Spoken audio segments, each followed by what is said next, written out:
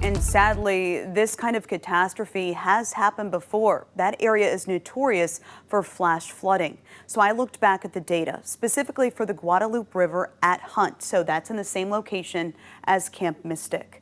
Now, that crest on July 4th, 37.5 feet. That set an all-time record, but not far behind, we had the second highest, which occurred back in 1932 at 36.5 feet, and the third highest occurred almost 38 years ago to the day at 28 feet. What's so jarring about these other two instances?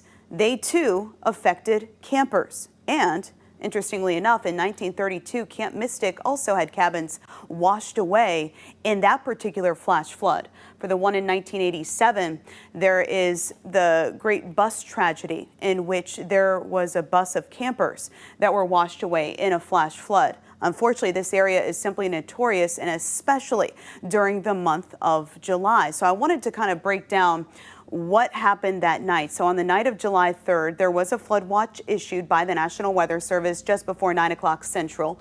And right around 10 o'clock, river height was fairly close to average, about 7.5 feet. Now, just after midnight, about 1:14 a.m., again Central Time, a flash flood warning was issued. And that was, again, those river heights were close to where they were. An hour and 45 minutes later, that's when the river rose to flood stage, right around 10 feet. And then look at this, talk about a rapid rise of about 12 feet in the course of just 1 hour. So by 4:05 a.m., the river had reached major flood stage. But also keep in mind the hours that this occurred.